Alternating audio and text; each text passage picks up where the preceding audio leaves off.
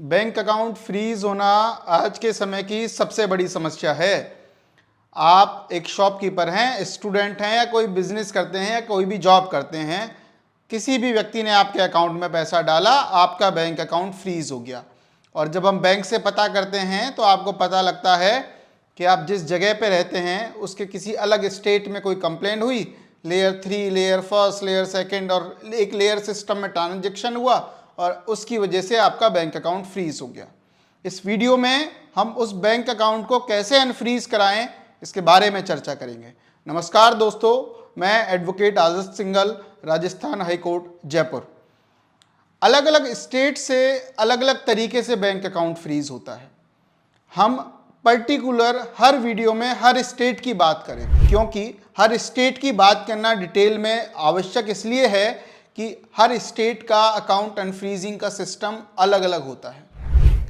मैं Rajasthan high court Jaipur में वकालत करता हूं और इसके अलावा अलग अलग तरीके से लगभग 26 से 27 स्टेट विजिट कर चुका हूं इन साइबर के केसेस में।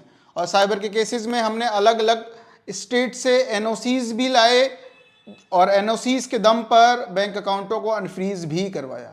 लेकिन हर स्टेट में हमें अलग अलग चीज़ें सीखने को मिली।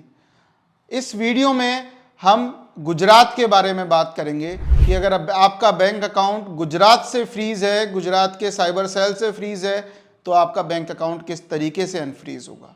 गुजरात से बैंक अकाउंट अनफ्रीज करवाने के लिए जो सबसे पहला काम आपका होता है, बेसिक डिटेल्स कलेक्ट करना, जो कि आपको बैंक प्रोवाइड करवाता है, जिसमें आपका complaint number, that is acknowledgement number, किस लेयर में ट्रांजेक्शन है, कितना ट्रांजेक्शन अमाउंट है, कितना डिस्प्यूटेड अमाउंट है।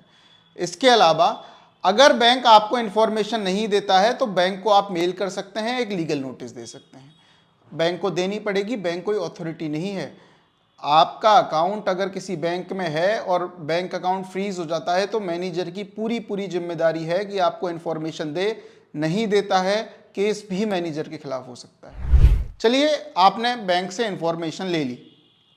बैंक से इन्फॉर्मेशन लेने के बाद आपको पता लगता है कि गुजरात के किसी पुलिस स्टेशन से आपका बैंक अकाउंट फ्रीज है। मान के चलिए सूरत से ही फ्रीज है, अहमदाबाद से फ्रीज है या किसी भी एक पुलिस स्टेशन से फ्रीज है। गुजरात में बैंक अकाउंट अनफ्रीज करवाने के लिए 2 स्टेप हैं, 2 तरीके हैं जिनसे होकर आपको गुजरना पड़ता है। पहला, उस स्टेट के उस पुलिस स्टेशन में आप जाइए जहां ये डिस्प्यूट है। जहां पर ये डिस्प्यूट है वहां आप इन्वेस्टिगेशन को ज्वाइन करिए, अपने डॉक्यूमेंट सबमिट करिए। अगर इन्वेस्टिगेशन ऑफिसर को ये लगता है आप निर्दोष हैं तो वो उस नो ऑब्जेक्शन सर्टिफिकेट को गुजरात की साइबर सेल को भेजेगा, जो कि CCCID साइबर सेल है गांधीनगर में। गांधीनगर में कर्मयोगी भवन है, वहां पे इसके 7th फ्लोर पे इसका ऑफिस है।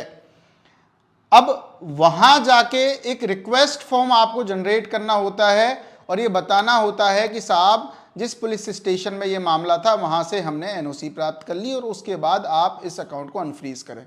वो 20 से 25 दिन का टाइम लेते हैं और पूरी तरीके से अगर उनको लगता है आपका इस अपराध में कोई रोल नहीं है तो आपका बैंक अकाउंट अनफ्रीज कर दिया जाता है।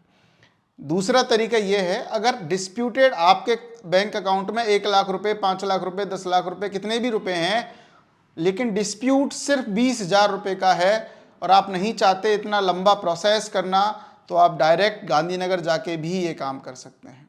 रिक्वेस्ट फॉर्म जनरेट करो और वहाँ के कुछ तरीके जो आपको फॉलो करने होते हैं।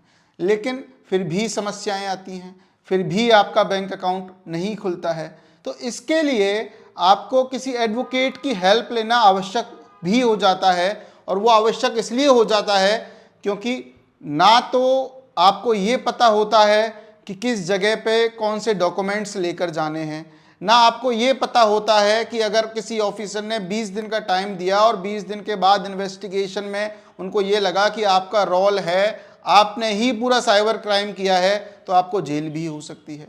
इसलिए हम अक्सर ये सलाह देते हैं कि किसी एडवोकेट को आप हायर करें जो आपके कोई नोन हो या कोई भी ऐसा साइबर एक्सपर्ट जो आपकी मदद कर सके। उन्हें हायर करें और उनके थ्रू आप इन्वेस्टिगेशन एजेंसीज के सामने अपीयर हों।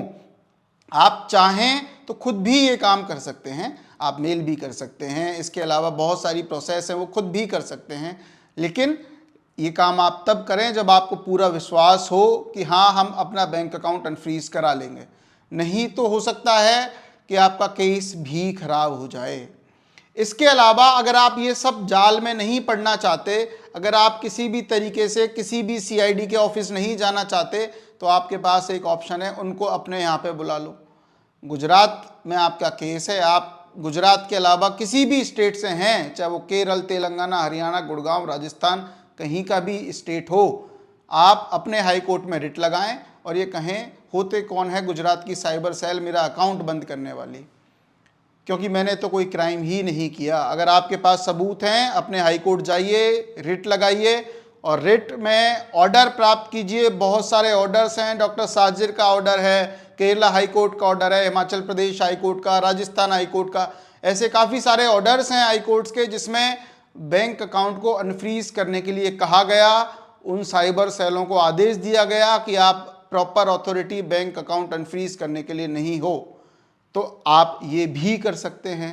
और सबसे इन सारी चीज़ों में अगर आप नहीं पढ़ना चाहते तो आप किसी साइबर एक्सपर्ट को हायर करें, उनको सारी चीज़ें समझाएं, बताएं और अपना बैंक अकाउंट अनफ्रीज करवाएं। वो लोग आपकी पूरी मदद करेंगे।